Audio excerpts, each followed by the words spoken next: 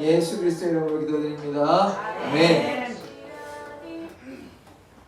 자, 오늘 말씀은 요한복음 15장 15절의 말씀입니다. 한번 클릭해 주실까요? 네. 감사합니다. 네네네.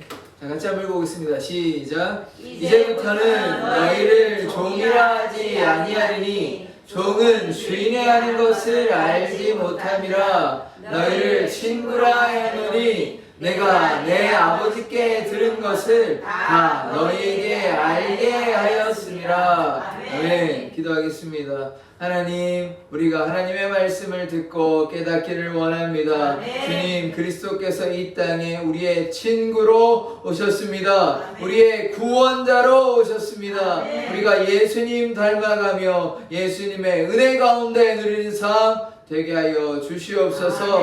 감사드리며 예수 그리스도의 이름으로 기도드립니다. 아멘.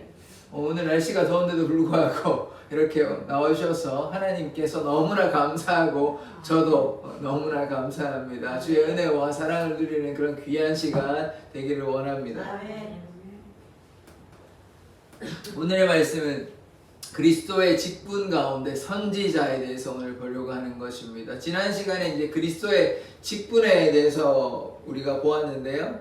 그리스도의 선지자에서 오늘 보려고 하는데 세 가지의 삼중직이 있습니다. 세 가지 겹치는 직분이 있는데 왕과 선지자와 제사장 직분이 있다. 지난 시간에 그런 말씀을 나누었습니다. 예수의 뜻을 기억하시죠? 자기 백성을 그들의 죄에서 구원할 자. 그 다음에 임마누엘 뜻을 기억하시죠? 하나님께서 우리와 함께 계시다. 예수와 임마누엘은 꼭 기억하셨으면 좋겠습니다. 그래서 오늘은 그 예수님의 그 역할 중에, 직분 중에 이 선지자의 직분에 대해서 좀 자세히 살펴보고자 하는 것입니다. 예수님께서 이 그리스도라는 뜻이 무엇이라고 제가 지난주에 말씀을 드렸냐면 기름 부음 받은 자라고. 기름 부음 받는 것은 아무나 받는 것이 아니라 왕과 제사장과 선지자만 특별히 기름을 부어서 세우는 것입니다. 그래서 예수님께서 메시아 되시고, 메시아 그리스도가 같은 말입니다. 메시아가 이제 히브리어고 그리스도가 헬라어입니다. 예수님께서 그래서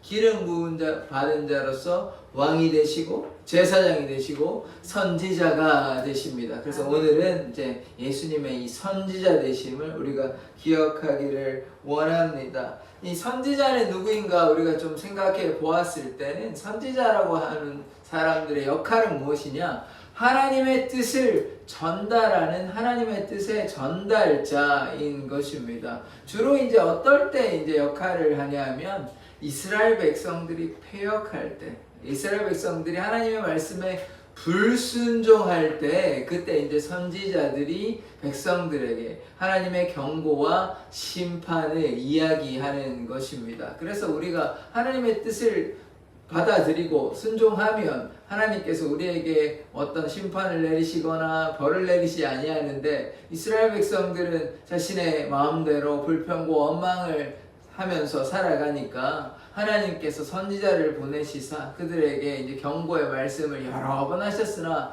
그러나 이스라엘 백성들은 잘 듣지 아니하고 회개치 아니하고 돌아가지 아니하고 그리함으로 징계를 받고, 우리가 너무나 잘 아는 40년 동안 광야에서 그렇게 시간을 낭비한 이유는 무엇이냐? 불순종하여서 그렇습니다. 그래서 우리가 불순종하게 된다면 이와 같이 우리가 인생길이 하나님을 믿으면 좀 쉬운 길로 나아갈 수 있는데 비교적, 그런데 우리가 하나님께 믿음으로 순종하지 않으면 계속해서 고난이 있는 것입니다. 제 삶도 보면 미국에서 이제 유학을 마치고 이제 돌아와서 계속 목회를 했었다면 지금보다는 좀 다른 인생을 살았을지도 모르겠습니다. 그런데 제가 계속해서 방황하니까 목회도 별로 안 하고 싶었고, 딴 게 아니라 지금은 별 문제가 안 되는데 그때만 해도 이제 사람 상대하는 게 너무, 그러니까 목회자로서 말씀을 드리는 겁니다. 이제 그냥 사람하고 사람 만나는 게 뭐가 문제가 되겠습니까? 그런데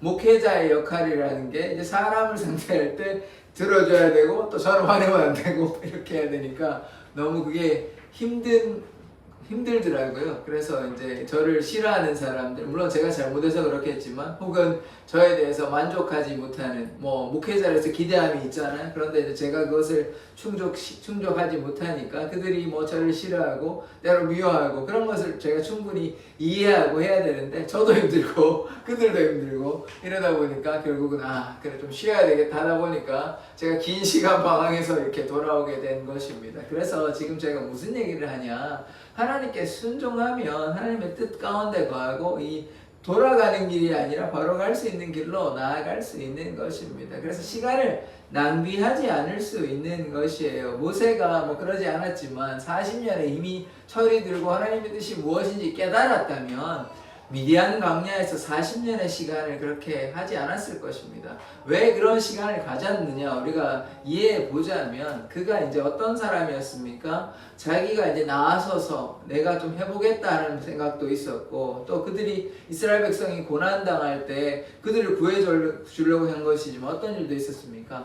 살인하기도 했었죠. 그래서 이제 이런 것들을 다 내려놓고 이제 80이 되니까 나는 못하겠다, 나는 안 됩니다, 이렇게 하니까 이제 그때서 시키시는 것이 하나님의 뜻이 우리가 헤아릴 수 있는 것이 아닌 것입니다. 이제 하나님의 뜻대로 나아가면 하나님께서 우리의 인생을 책임져 주신다, 돌보아 주신다, 이런 사실을 우리가 반드시 기억하기를 원합니다. 그래서 이 선지자라 하면 하나님의 뜻을 전달하는 사람, 그래서 하나님의 뜻에 순종하면 기쁨과 감사와 은혜가 축복이 넘치는데 그렇지 아니하면 불순종하면 고난과 아픔과 역경과 고통이 계속해서 나타나게 되는 것입니다. 그것이 이스라엘 백성에게 나타났다면 우리도 다르지 않습니다. 제가 제 얘기한 것도 일종의 고난의 길이었다고 제가 말씀을 드리는 것입니다. 그래서 이 선지자가 경고할 때는 이게 선지자의 말이 아닌 것이죠.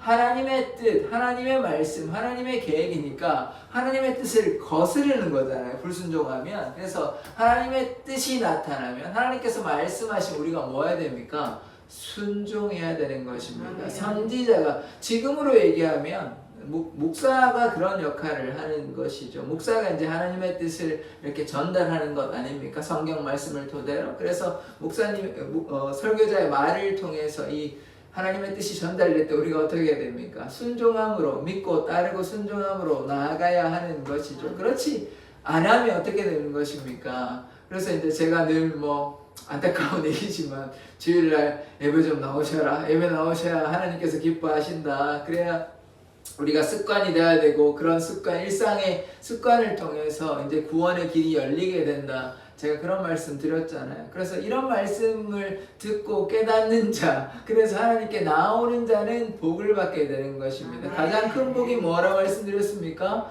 영생의 복 아닙니까? 세상에 잘 사는 게 중요한 게 아니라고 제가 수없이 말씀드렸지 않습니까? 그래서 우리가 지금 당장은 돈도 많고 재력도 있고 또 권력도 있고 사람들이 인정해주고 하면 기분 좋을 수 있습니다. 그런데요, 어떤 목회자라고 칩시다. 어떤 목회자가 참 하나님께 영광 돌리면서 그렇게 잘 살면 너무 좋을 텐데 이 교만해져가지고 그러면 목사님이 해서 사역은 크게 돼가지고 교회도 부흥하고 사람들 인기도 많은데 교만해가지고 어떻게 되는 것입니까? 안 되는 것이죠. 하나님 싫어하시거든요, 교만한 자는. 그러니까 제가 무엇을 얘기하는 거냐면 자신의 영광을 이렇게 다 받았어요. 하나님께 영광 돌려야 되는데 하나님께서 능력을 주시니까 그래서 여러 가지 역사도 나타났어요. 그런데 나중에 만약에 그런 일들이 이제 왕왕 있거든요. 그런데 하나님께서 기뻐하지 않는 삶이었다면 총체적인 나중의 삶이 결과적으로 궁극적으로 그러하다면 이 슬픈 인생 아닙니까? 목회 사역할 때는 참 기분도 좋고 사람들 인정도 받고 열매도 많이 나타났어요. 그런데 그 끝은 참 다른 게 된다면 이게 참 곤란한 일이거든요. 그러니까 지금 여기서 제가 말씀드리고자 하는 중요한 부분은 무엇이냐면 우리가 하나님의 뜻을 구하고 순종하면 이 선지자의 말을 듣고 순종하면 거기에 기쁨과 감사가 있는데 거기에 온전히 순종하지 아니하고 변질되거나 자기 생각대로 유혹에 넘어져서 유혹이 많거든요. 특히 목회자는. 그런데 그 유혹에 넘어져 버리면 어떻게 되는 것입니까? 잘못된 길로 계속 나가다가 결국은 참 안타깝지만 하나님과 함께 할 수 없는 자리에 있을 수도 있는 가능성이 있는 것입니다. 이게 참 무서운 것이에요. 그러니까 우리가 하나님을 믿을 때는 날마다 믿음으로 순종하고 주께 나아가야 하는데, 그래서 우리가 항상 자신을 살펴야 되는 것입니다. 오늘 새벽에도 제가 말씀을 드렸던 것처럼 우상 숭배가요, 꼭 뭐 어떤 신을 믿거나 뭐 어떤 우상을 만들어서 절하는 게 우상 숭배가 아닙니다.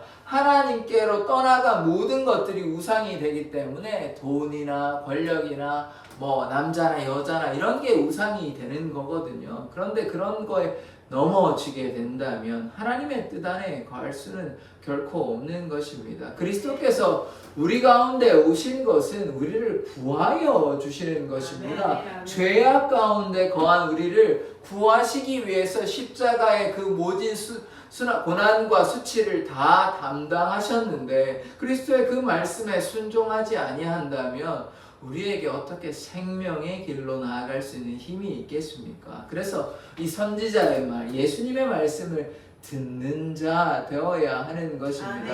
우리 이제 선지자라고 하면 이제 첫 번째 선지자가 있는데요. 여러분 너무나 잘 아시는 아브라함이 있습니다. 아브라함이 이제 어떤 이야기를 이제 아브라함을 통해서 얘기를 했는지 우리가 한번 살펴보고자 하는데, 창세기 22장 17절의 말씀입니다. 다 같이 한번 읽어보겠습니다. 시작. 내가 내게 큰 복을 주고 내 씨가 크게 번성하여 하늘의 별과 같고 바닷가의 모래와 같게 하리니 내 씨가 그의 해적의 성문을 차지하리라. 아멘. 이 아브라함을 통하여 하나님의 역사가 시작되는 것입니다. 아브라함이 이제 첫 번째 하나님께서 부르신 이제 이스라엘 민족을 이제 따로 부르시기 위해서 세우신 사람인데, 아브라함이 선지자와 같은 역할을 하게 되는 것이에요. 그래서 아브라함을 통해서 어떤 일이 나타나냐? 내가 내게 큰 복을 주고 내 씨가 크게 번성하여 하늘의 별과 같고 바다의 모래와 같게 되는 것입니다. 그래서 어떻게 됩니까? 내 씨가 대적의 성문을 차지하리라. 이 내 씨가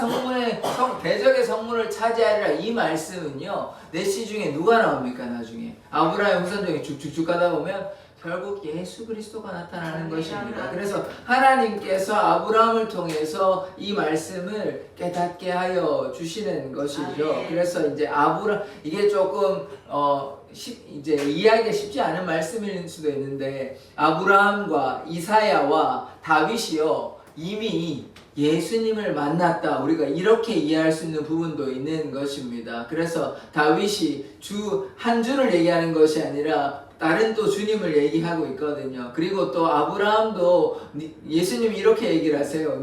지금 나이 그렇게 50도 안 돼 보이는데 어떻게 아브라함을 아냐 이러면서 아브라함 얘기를 예수님이 직접 하십니다. 이미 보고 기뻐하였다라고 얘기하는 것이에요. 거기서 말씀하시는 것이 무엇이냐? 아브라함이 미리 하나님의 뜻을 깨달았다, 보여주셨다. 그래서 이제 아브라함이 선지자 역할을 하는 것입니다. 이사야도요, 하나님의 영광을 보았던 것입니다. 그래서 이사야서에 그런 나오는 말씀이 있거든요. 그래서 이사야, 아브라함, 다윗이 그래서 예수님의 그 영광을 이미 보았다라고 우리가 그렇게 이해할 수 있는 것입니다. 그래서 이 아브라함이 첫 번째 이제 부르신 사람, 또 선지자 역할을 감당하는 것이고요. 두 번째 이 선지자를 우리가 보고자 하는데, 구약의 인물 중에 뭐 여러 가지 중요한 인물들이 많이 있지만 우리가 율법이라고 부를 때 누구라고 불렀냐면 모세라고 얘기를 했거든요. 왜냐하면 하나님께서 율법을 누구에게 주셨냐면 시내산에서 모세에게 주셨습니다. 그래서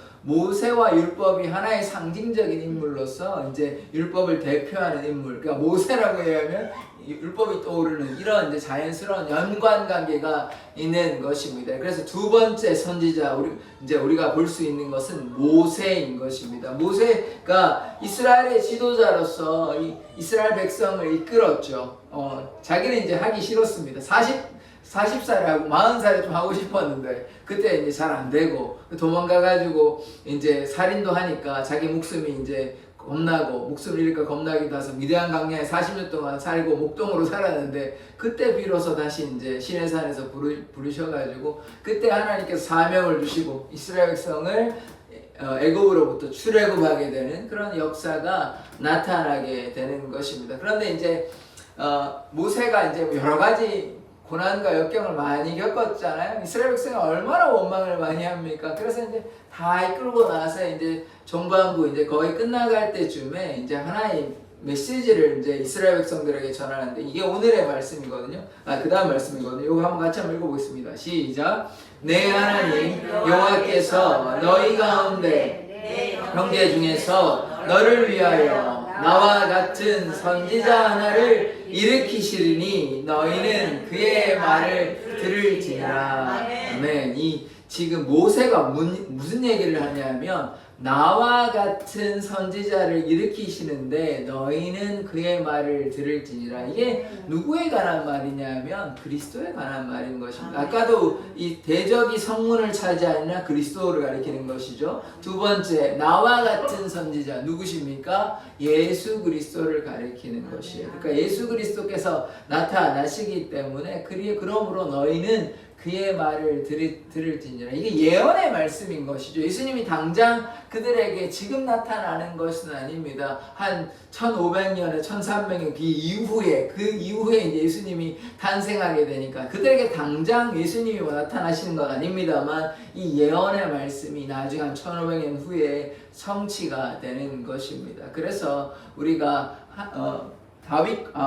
아브라함과 그 다음에 두 번째 모세가 이렇게 선지자가 되었다는 것을 우리가 기억할 수 있는 것입니다. 그러면 예수님은 당연히 지금 뭐라고 얘기합니까? 모세와 같은, 나와 같은 선지자라고 얘기하고 있지 않습니까? 그러면 당연히 예수님은 우리의 선지자가 되시는 것이죠. 선지자가 딴 게 아니라 하나님의 뜻을 알고 하나님의 뜻을 전달하는 자라고 했으니까 당연히 예수님은 하나님 되시기에 당연히 선지자일 수밖에 없는 것이죠. 하나님의 뜻을 깊이 다 깨달으시는 것이죠. 그래서 아버지의 들은 대로 말씀을 증거하여 주시는 것입니다. 오늘 본문의 말씀 다시 한번 읽어보겠습니다. 시작. 이제부터는 너희를 종이라 하지 아니하리니 종은 주인이 하는 것을 알지 못함이라 너희를 친구라 하였느니 내가 내 아버지께 들은 것을 다 너희에게 알게 하였습니다.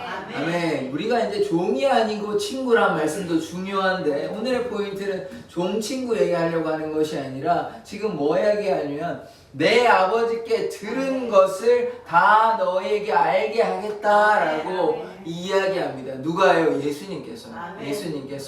예수님께서 아버지의 뜻을 들으니, 그러니까 이게 뭡니까? 선지하는 거죠. 미리 깨닫는 것 아니에요. 미리 아는 것 아닙니까? 그래서 들은 것을 내가 너희에게 알게 하겠다라고 얘기하니까 이게 예수님께서 직접적으로 내가 선지자다 말씀하신 건 아니지만 이 말씀이 그 말씀과 거의 진배 없는 것이죠. 내가 선지자야. 내가 하나님의 뜻을 너에게 알려주마 라고 이야기한 말씀인 것입니다. 그래서 예수님께서 우리의 선지자 되심을 우리가 분명히 깨달아야 하는 것입니다. 그러면 선지자가 뭐 하는 사람이냐면 하나님의 뜻, 하나님의 계획을 알려주는 사람이라고 이야기했는데 그러면 하나님의 뜻은 무엇일까? 우리가 하나님의 뜻이라면 너무나 사실 많이 얘기할 것은 있는데 오늘 전부 다 얘기할 수는 없고 하나님의 뜻 가운데 중요한 몇 가지의 뜻들을 우리가 한번 생각해 보고자 하는 것입니다. 베드로후서 3장 9절의 말씀인데요. 다 같이 한번 읽어보겠습니다. 시작. 주의 약속은 어떤 이들이 더디다고 생각하는 것 같이 더딘 것이 아니라 오직 주께서는 너희를 대하여 오래 참으사 아무도 멸망하지 아니하고 다 회개하기에 이르기를 원하시느니라. 아멘. 주의 약속이 결코 더디지 않습니다. 천년이 하루 같은 거고 하루가 천년 같은 것입니다. 인간의 기준으로 보면 이 시간이 참 더디고 이게 안 가는 것 같지만 하나님은 시간을 초월해 계신다고 제가 말씀을 드렸죠. 그러니까 하나님은 우리는 시간 안에 공간 안에 갇혀 있지만 하나님은 시공간을 초월해 계시는 것이에요. 그러니까 하나님은 시간의 영향을 받으시는 분이 아닙니다. 그러니까 하나님의 시간은 무엇이냐? 영원입니다. 영원. 그럼으로써 하나님에게는 1시간이나 10년이나 1000년이나 영원이나 똑같은 거예요. 왜냐하면 하나님은 영원 가운데 거하시기 때문에. 그래서 주의 약속은 결코 더디지 않습니다. 하나님께서 하나님의 그때에 반드시 이루어 주시는 것입니다. 하나님의 이 뜻은 무엇이냐? 아무도 멸망치 않기를 원하십니다. 하나님이요, 우리가 하나님 한번 생각하면 가장 우리가 떠오르는 단어가 무엇이냐? 하나님은 사랑이십니다. 하나님은 사랑이시기 때문에 결코 아무도 멸망치 아니하는 것을 원하십니다. 그러나 하나님께서 모두를 구원할 수는 없는 노릇입니다. 왜냐하면 그들이 죄악 가운데 거하였는데 그들을 구원할 수는 없는 것이죠. 하나님께서는 어떤 사람들을 원하시냐? 하나님과 함께 동행하는 자를 원하십니다. 그런데 우리가 죄를 다 묻히고 주님과 함께 연합해서 살 수 있습니까? 없습니다. 왜냐하면 하나님은 사랑이시지만 또한 하나님은 거룩하신 분입니다. 그런데 우리가 거룩할 수 있는 비결은 무엇이냐? 예수의 보혈로 우리의 모든 죄가 씻어지니까 우리가 거룩하여서 주님과 동행할 수 있는데, 우리가 거룩하지 아니하다면, 인간이 죄 가운데 거하고 있다면 하나님과 함께 할 수 있습니까? 하나님과 연합할 수 있습니까? 하나님과 하나 될 수 있습니까? 안 됩니다. 안 되기 때문에, 그러면 하나님과 연합할 수 없다는 말은 영생을 누리지 못한다는 것이에요. 그러므로 모든 자가 구원받으면 너무나 감사한 일이고 은혜로운 일이지만, 죄된 인간이 하나님께 은혜를 받아서 그리스도의 보혈로 제가 사함을 받지 아니하면 하나님 앞에 나아갈 수 없고 연합할 수 없는 것입니다. 다른 말로 예수 그리스도를 통해서만 우리의 모든 죄가 사하여지고, 그러므로 하나님과 연합하여 영생을 누릴 수 있는 이런 분명한 조건이 있는 것입니다. 무슨 조건이냐? 예수님을 믿어야 한다. 이런 분명한 조건이 있어요. 그런데 예수님 믿지 아니하면 구원받습니까? 못 받죠. 그러면 예수님과 함께 할 수 있습니까? 하나님과 함께 할 수 있습니까? 못하죠. 그러면 구원 받는 겁니까? 못 받는 겁니까? 못 받는 거죠. 그러니까 하나님과 함께 하지 않으니 죄된 인간대로 살아가는데 어떻게 하나님께서 그들을 구원하여 줄 수 있습니까? 안 되는 거죠. 그렇게 하면 아무나 다 구원받을 수 있는 것 아닙니까? 예수님 안 믿어도 구원받을 수 있잖아요. 그런데 그게 아니기 때문에 오직 예수로만 구원받을 수 있습니다. 오직 예수님의 보혈로, 예수님의 십자가의 능력으로 말미암아 우리가 구원을 받을 수 있기 때문에 하나님께서는 아무도 멸망치 않고 다 회개하고 구원받기를 원하시지만, 그러나 모두를 구원할 수는 없는 노릇인 것입니다. 그것은 하나님이 잘못돼서가 아닌 것입니다. 우리가 죄악 가운데 가고 하나님께 회개하고 하나님 앞에 나아가지 아니한다면 결코 우리는 구원받을 수 없는 것입니다. 그래서 하나님의 뜻은 무엇이냐? 하나님은 사랑이시기에 될 수 있는 한 많은 영혼들이 주께 돌아오는 것을 하나님은 원하시는 것입니다. 그것이 얼마나 귀한 하나님의 사랑과 은혜이며 가장 중요한 뜻 아닙니까? 하나님께서 예수 그리스도를 이 땅에 보내신 이유가 무엇일까요? 이 말씀입니다. 아무도 멸망치 않고 영생을 얻기를 원하시는 것이 하나님 아버지의 뜻이에요. 그러므로 말미암아 독생자 예수 그리스도께서 십자가의 모진 고난과 수치를 담당하셨습니다. 심지어 예수님은요, 그것도 지지 않고 싶으셨습니다. 가능하면요, 이 잔을 내게서 옮겨달라고 하나님 앞에 겟세마네 동산에서 기도 간절히 하셨어요. 그런데 예수님도 순종으로 나아가셨죠. 나의 뜻대로 마옵시고 아버지의 뜻대로. 왜냐하면 선지자 되시고 또 예수님께서는 하나님의 뜻을 따라서 이 땅에 오셨기 때문에 어린 양의 그 보혈로 말미암아 우리가 구원을 받는 것입니다. 그래서 하나님의 가장 중요한 뜻은 무엇이냐? 구원함을 주시는 것입니다. 그러면 우리가 하나님의 뜻을 안다면 우리가 이제 하나님 믿고 구원받는 거 너무나 감사한 일입니다. 우리가 하나님을 믿음으로, 예수님을 믿음으로 그 은혜 가운데 사랑과 기쁨과 감사를 누리는 거 너무나 감사한 일이 맞는데, 그러나 우리만 구원받아서는 안 되는 것이죠. 여기 뭐라고 얘기합니까? 아무도 멸망치 않기를 원하시는 것이 하나님의 뜻이랍니다.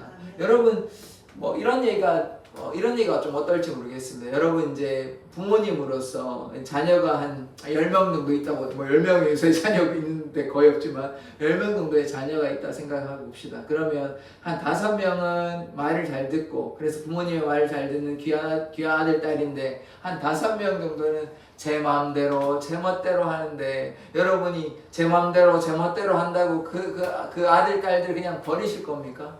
그냥 나의 말을 잘 듣는 5명의 아들, 딸은 뭐 효녀고 효자라고 그 아들, 딸들만 이뻐하고 그 자녀들만 귀하게 여기실 겁니까? 아니잖아요. 부모의 마음은 어떻습니까? 오히려 아픈 손가락처럼 오히려 그렇게 말 안 듣고 잘못대로 가고 삐뚤어지게 나아가는 그런 자녀들이 더 불쌍하게 생각되고, 그게 이제 뭔 얘기냐면 그게 이제 그 얘기거든요. 탕자 비유 잘 아시잖아요. 탕자 비유. 그게 그 얘기인 것이에요. 그러니까 말 잘 듣는 아들은 옆에 있어요. 괜찮아요. 옆에 둬도. 뭐 나중에 조금 뭐 불평하긴 하지만, 근데 얘는 괜찮아요. 근데 문제가 되는 애는 뭐냐면 둘째 아들이요, 자기 마음대로 해서 막 나가면 누구한테 더 마음이 쓰이시겠습니까? 말 잘 듣는 아들은 지금 옆에서 말 잘 들으니까 특별히 신경 쓰지 않아도 괜찮아요. 그런데 말 안 듣는 아들은 뭐 계속 얘기해도 말도 안 듣고 뭐 어떻게 해야 될지도 모르겠고, 여러 번 혼내도 안 되고 타일러도 안 되고, 이럴 때 어떻게 해야 되겠습니까? 그러니까 하나님의 마음이 똑같다고요. 하나님의 마음이. 하나님이 이 땅에 예수님을 보내신 이유는 죄인을 구원하러 오신 것입니다. 죄인과 친구 되시기 위해 오신 것이에요. 그러니까 우리가 그 하나님의 뜻을 안다면 우리가 결국은 무엇을 해야 되냐? 예수님의 사랑, 예수님의 십자가의 사랑을 어떻게 해야 됩니까?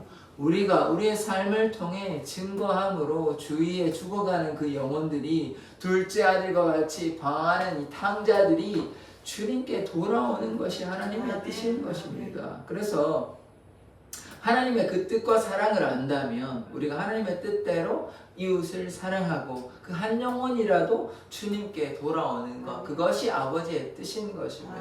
그래서 우리가 아버지의 뜻을 온전히 깨닫는다면 우리가 뭐 할 수 있는 만큼, 뭐 우리가 그렇다고 모든 짐을 우리가 질 수는 없는 것입니다. 우리가 뭐 아프리카에 죽어가는 그 흑인 아이들도 구원해주고, 뭐 아시아에 괴로워하는 영혼들도 구원해주고, 북한의 아이들도 구원해주고, 뭐 IT에 사는 아이들도 그렇게 다 할 수는 없습니다. 다 할 수는 없어요. 그냥 우리가 가진 역량만큼 주위에 혹은 또 할 수 있는 만큼 그렇게만 하면 되는 것입니다. 우리가 어떻게 세상의 문제를 다 해결하는 것입니까? 그건 불가능한 것입니다. 다만 우리가 할 수 있는 것은 우리의 주위의 이웃들에게 주의 사랑을 증거하고, 그 중에 한 명이라도 혹은 2명이라도 혹은 3명이라도 그들이 멸망당하지 않고 주께로 돌아오는 것이 하나님의 뜻이라는 것을 우리가 기억하기를 원합니다. 그래서 우리가 어떻게 해야 됩니까? 그들을 위해서 기도하고 그들의 영혼을 품고 그들에게 사랑을 증거해야 되는 것입니다.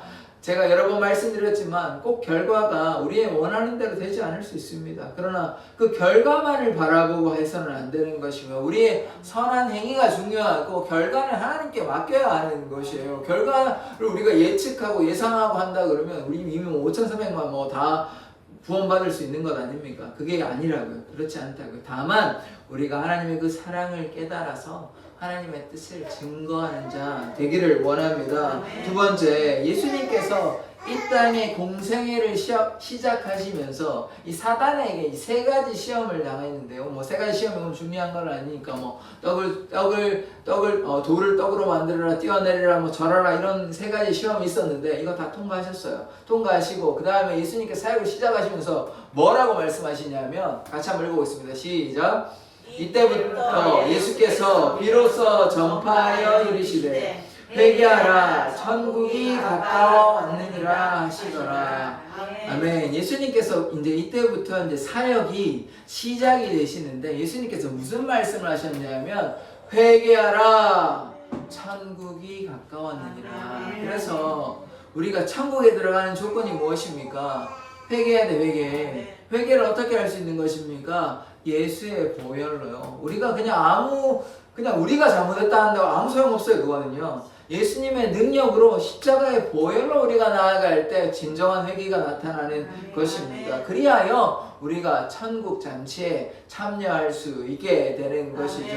그러니까 하나님의 뜻이 무엇입니까? 회개하는 것입니다. 아멘. 회개해야 돼요. 우리가 잘못했을 때는 반드시 회개해야 되는 것입니다. 세 번째, 예수님께서 우리의 구원의 길이 되시는 것이죠. 같이 한번 읽어보겠습니다. 시작. 예수께서 이르시되 내가 곧 길이요 진리요 생명이니 나로 말미암지 않고는 아버지께로 올 자가 없느니라. 아멘. 예수님께서 내가 곧 길이요 진리요 생명이니 나로 말미암지 않고는, 예수로 말미암지 않고는 아버지께로, 하나님 아버지께로 올 자가 없느니라 말씀하셨습니다. 그래서 예수님께서 길이고 진리고 생명이 되시기 때문에 우리가 누구를 믿어야 됩니까? 누구를 따라가야 됩니까? 누구에게 순종해야 되고 누구와 연합한 삶을 살아가야 하는 것입니까? 이것이 하나님의 뜻인 것입니다. 그래서 우리가 예수와 동행하기를 원합니다. 왜냐하면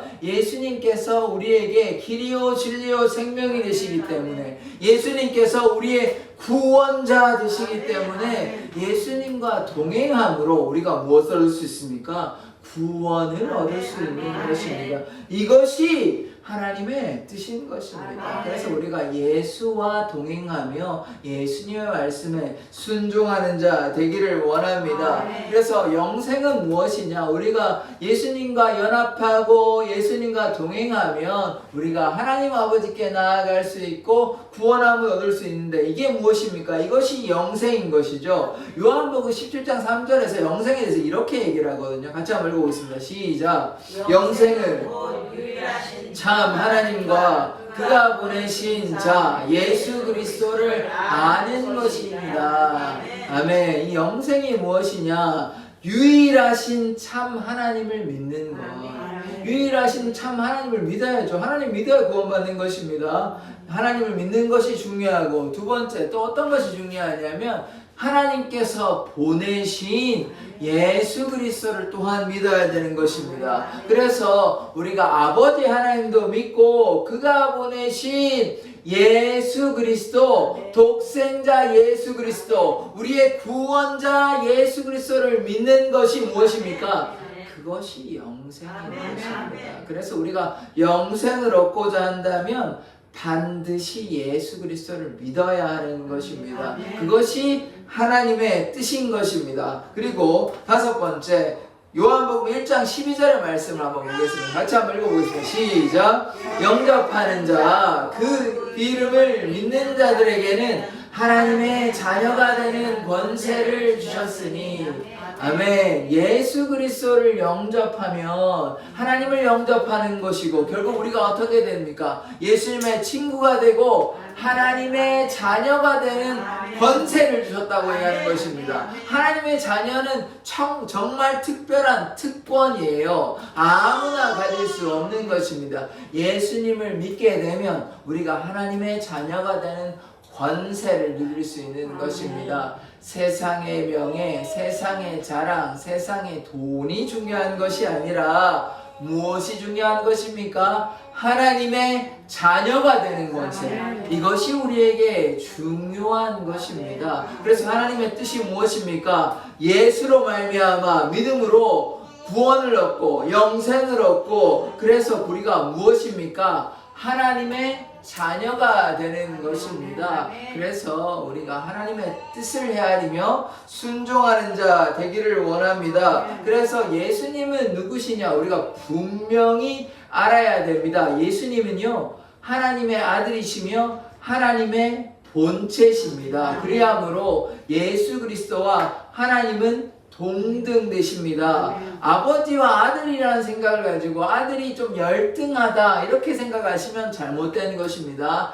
아들과 아버지는 하나이십니다. 이 하나라는 말은 높음이나 낮음이 없고 동등하다는 뜻이라는 것을 우리가 기억하기를 원합니다. 그래서 예수 그리스도께서 하나님의 본체 되시기 때문에 우리를 구원할 수 있는 것입니다. 이 이슬람교나 유대교는요, 예수님을 그냥 사람으로 생각합니다. 그냥 좋게 얘기하면 그냥 선지자 정도의 한 명으로 생각해요. 그러니까 우리와 완전히 다르죠. 그러나 예수님은 우리에게 누구십니까?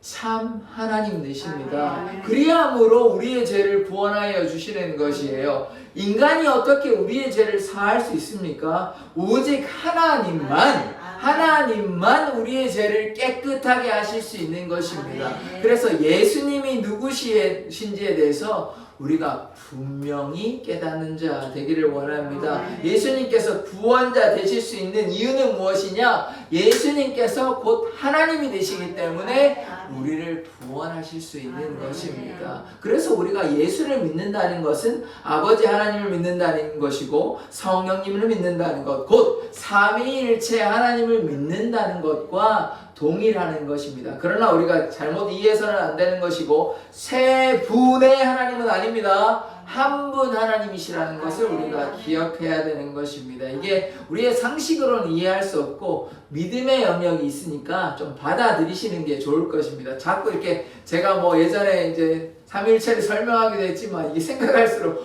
더욱더 헷갈리는 것이거든요. 그래서 우리가 기억할 것은 한 분 하나님이 되신다. 이렇게 이해하시면 마음이 더 편하십니다. 생각하면 좀 정리가 될 것 같지만 더 헷갈리고 이게 무엇인가 더 오리무중이 될 수 있거든요. 그래서 한 분 하나님이 되신다. 우리 한 분 하나님을 믿고 있다. 이렇게 생각하시면 틀림이 없습니다. 히브리서 13장 8절의 말씀 한번 다 같이 읽어보겠습니다. 시작. 예수 그리스도는 어제나 오늘이라 영원토록 동일하시니라. 아멘. 예수 그리스도는요 갑자기 나타나신 분이 아니십니다. 구약에는 없으셨다가 신약에 뿅 하고 나타나신 분이 아니란 말입니다. 창세 전부터 이미 하나님과 함께 하신 분입니다. 그래서 여러분들이 정말 오해하시면 안 되는 게 성령님이라 예수님이 구약에는 없었다가 신약에만 나타난다고 생각하면 정말 성경을 잘못 읽고 오해하시는 것입니다. 구약에 분명히 예수님에 대해서 하나님의 사자로 현현한 것이 있고 하나님의 영이 삼손이나 많은 선지자들과 뭐 다윗에게 이렇게 나타난 적이 있는 것입니다. 그러므로 성령도 예수님도 신약시대에 비로소 나타난 것이 아니라 이미 구약의 삼위일체 하나님이 함께 역사하셨다라고 우리가 이해해야 하는 것입니다. 그래서 어제나 오늘이나 영원히 동일하신 분, 한결같은 하나님임을 우리가 기억해야 하는 것입니다. 그래서 예수님이 인간이 결코 아니십니다. 참 하나님이 되셨고 인간으로 이 땅에 우리의 죄 때문에 오셔서 십자가에 달려 돌아가심으로 우리가 구원함을 얻게 되는 것입니다. 그리고 그 다음에 말씀 한번 보도록 하겠습니다. 아버지와 나는 하나라고 예수님께서 말씀하셨거든요. 우리가 이 말씀을 제가 한두 달 전에 우리가 이제 주일 설교 때 한번 제가 말씀드린 적이 있지 않습니까? 요한복음으로 기억하고 있는데, 그래서 아버지 하나님과 독생자 예수 그리스도께서 하나이시다. 이 말씀을 예수님께서 하시는 말씀이 있습니다. 다 같이 한번 읽어보도록 하겠습니다. 시작.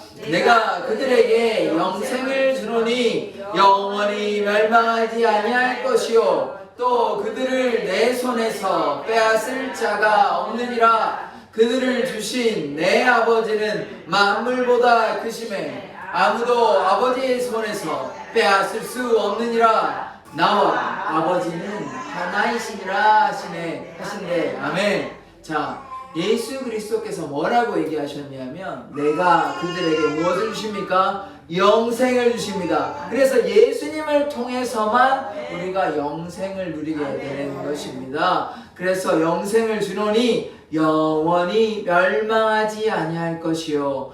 영생이 무엇입니까? 영벌이 아닌 것이요. 영벌이 영원히 멸망함을 당하는 것입니다. 예수님의 복음에 복종하지 않은 자, 하나님을 모르는 자들에게 형벌을 내리시리니 주의 얼굴을 떠나고 그의 힘의 영광을 떠나 영원한 멸망의 형벌을 받으리로다. 이게 데살로니가 후서에 나오는 말씀입니다. 1장 8절에서 9절에서 나오는 말씀인데 무엇이 있대요? 영생과 영벌이 있다고 얘기하고 있습니다. 그래서 예수님의 복음에 복종하지 않으면, 쉽게 얘기하면 예수님을 믿고 따라가지 않으면 형벌이 있는 것입니다. 무엇이 있습니까? 소멸되는 게 아니에요. 영원히 고통당한다니까요. 영원히 멸망이 그냥 한번 딱 하고 끝나는 게 영원한 벌이라니까요. 영원한 벌.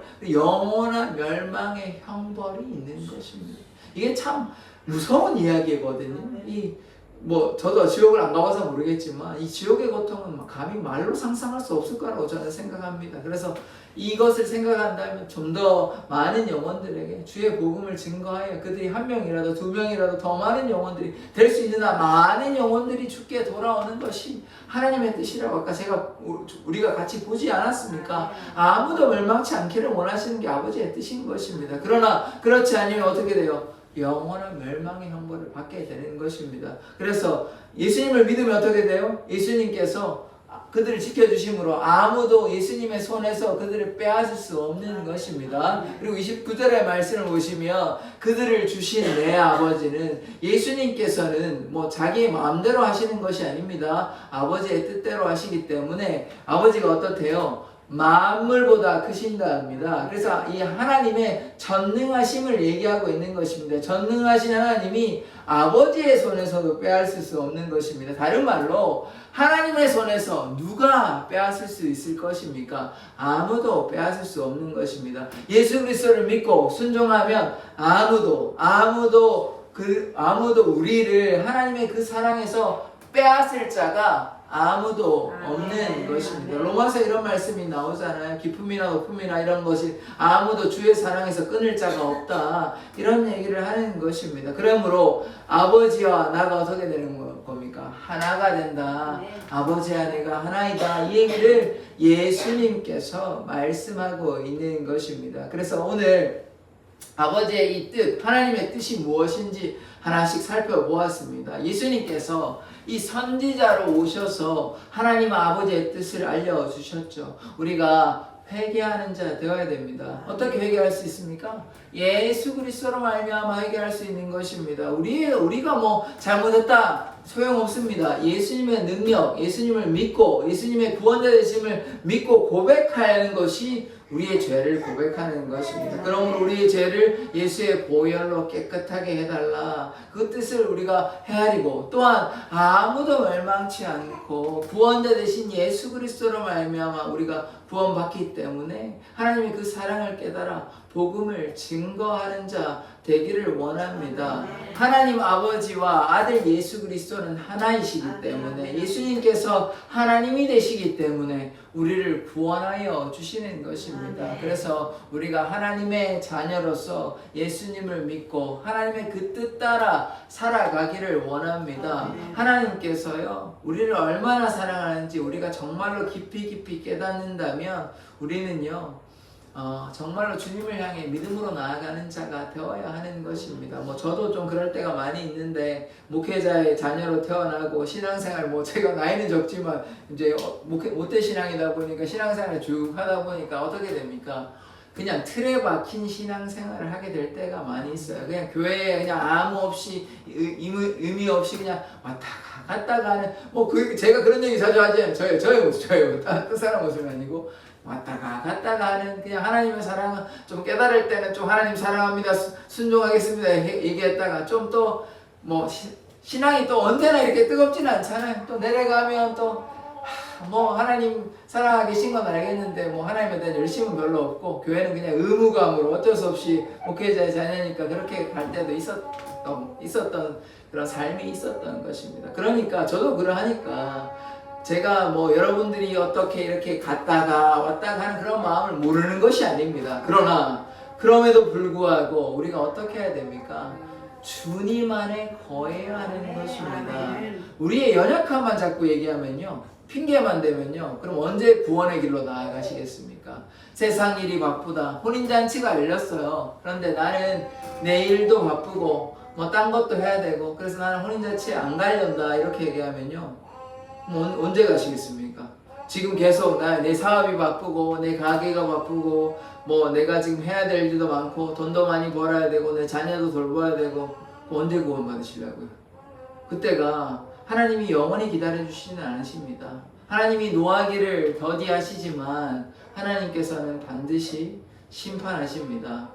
한번 죽음이 있고요. 그 이후에는 영원한 심판이 있는 것입니다. 그렇다면 우리가 어떤 삶을 살아가야 하는 것입니까? 이 땅에 우리의 삶이 결코 길지 않습니다. 짧다고 그러면 짧고, 지금 너무나 잘하시지 않습니까? 저보다 훨씬 연배도 많으시고, 인생을 돌아보니까, 이게 어릴 때는 언제 이제 뭐 하고 이런 거 하는데, 이제 70이 넘어가시고, 뭐 이렇게 되시니까, 인생이 참 짧구나, 이런 생각 많이 하시지 않습니까? 저도 이제 조금 깨닫고 있는데, 그러니까 이 짧은 인생 동안 하나님을 더 사랑하고, 하나님의 은혜 가운데 가면 이게 기쁨과 감사와 넘치고, 행복함이 넘치고, 이런 기쁨의 삶이, 은혜의 삶이 될 수 있는데, 자꾸 이제 돌아온 탕자처럼 막 자꾸 이제 딴 길로 새가지고 하면 나중에 돌아와서는 얼마나 그게 안 좋은 겁니까? 그러니까 돌아오기라도 하면 다행인데요. 그렇지 못하는 경우도 많이 빈번합니다. 오늘 새벽에도 이제 말씀을 나누었지 않습니까? 그래서 교회 다닌다고 그냥 구원은 우리가 받나 보다 이런 게으른 신앙 하시면 안 됩니다. 그런 나약한 믿음이 되어서는 안 돼요. 믿음은 어떤 것이냐? 내가 하나님을 사랑하니 내가 적극적으로 행동하는 거. 행함이 없는 믿음은 죽은 거라고 얘기했지 않습니까? 그러니까 우리가 하나님을 사랑하려면 정말 이 사랑을 진심으로, 전심으로, 솔직하게, 정직하게 고백해야 하는 것이지, 뭐 이래도 그만 저래도 그만, 뭐 하나님께서 나를 딱 당연히 내가 교회를 다니 당연히 구원을 해주시겠지, 뭐 내가 이래도 다 용서하시겠지, 하나님 사랑이라고 하셨는데, 이렇게 안이하게 생각하면요 결과는 다를 수 있습니다. 본인이 생각하는 것과 다를 수 있습니다. 그 말씀밖에 없습니까? 순종하라는 얘기는 없어요? 하나님의 복음을 증거하라는 말은 없냐고요? 왜 자기 편한 대로 성경을 다 마음대로 해석합니까? 그러서는 안 되는 것이죠. 그래서 하나님이 사랑이시긴 한데 우리가 하나님의 무서움도 깨달아야 되는 것입니다. 하나님은요 사랑의 하나님이시기도 하지만 어떤 하나님이시냐? 공의의 하나님이십니다. 죄악을 그냥 눈 감아 주시지 않아요. 기회를 주셨잖아요. 예수 그리스도 주셨잖아요. 그럼 예수 그리스도를 믿으면 죄를 다 사하여 주시고, 그런데 예수 그리스도도 안 믿고 제 마음대로 제 갈 길로 막 살아가면서 나중에 제가 예전에 교회 열심히 다녔는데 그냥 교회 나가긴 했는데 그걸로 좀 어떻게 안 됩니까? 하면 하나님이 다르게 말씀하시면 그때는 어떻게 하시겠습니까? 슬픈 이야기입니다. 이게 진짜 슬픈 이야기입니다. 이게 하나님 안 믿는 사람들, 예수님 안 믿는 사람은 덜 억울합니다. 아예 안 갔으니까. 이제 논 외에요. 이게 밖에 있었어요. 그러니까 뭐 억울하고 이럴 얘기가 할 게 없어요. 근데 정말 더 억울한 것은 누구냐? 자기는 나름대로 신앙생활을 했다고 생각하고 교회도 다니고 이것저것 했는데 나중에 자기가 생각지도 못한 결과를 맞이하게 된다면 그게 정말 억울할 것입니다. 그래서 하나님 앞에 하나님께서 우리의 마음을 다 아시잖아요. 하나님께서 우리의 마음을 다 헤아리시는 것입니다. 우리의 안고 일어섬을 아시고 우리의 마음의 중심을 누구보다 잘 아십니다. 우리가 하나님을 어떻게 속일 수 있습니까? 그러면 그 하나님의 마음을 헤아리신다면 우리가 하나님께 믿음으로 나아가기를 원하고, 우리가 먼저 구원받는 거, 우리도 구원받아야죠. 나만 구원시키는 게 중요한 게 아닙니다. 우리도 구원받는 게 첫째인데, 그러면 우리가 구원받았고 믿음의 확신이 있으면 이제 우리가 뭘 해야 됩니까? 복음을 증거해야 되죠. 그래서 주위의 사람이 한 명의 영혼이라도 나를 통해서 누군가 돌아온다면 하나님께서 오늘 뭐래요? 아무도 멸망치 않고 영생에 이르기를 원하신다고 얘기하지 않습니까? 하나님께서는요 모든 사람이 진리를 아는데 이르기를 원하시는 것입니다. 하나님이 노하기를 더디하고 있으시거든요. 지금도요 하나님이 물론 심판하시려면 얼마나 금방 할 수 있습니다. 그런데 하지 않으시는 이유는 노하기를 더디하시고 이 사망의 그늘에 앉아있는 자들이 생명의 길로 빛으로 나오기를 원하는 것입니다. 그럼 빛으로 어떻게 나오겠습니까? 우리가 누군가에게, 하나님을 믿는 자들이 누군가에게 복음을 증거할 때 그들이 예수 그리스도를 영접하게 되고 하나님의 자녀가 되는 것입니다. 하나님께서 누구를 통하여 역사하십니까? 하나님께서 직접 막 다 돌아다니십니까?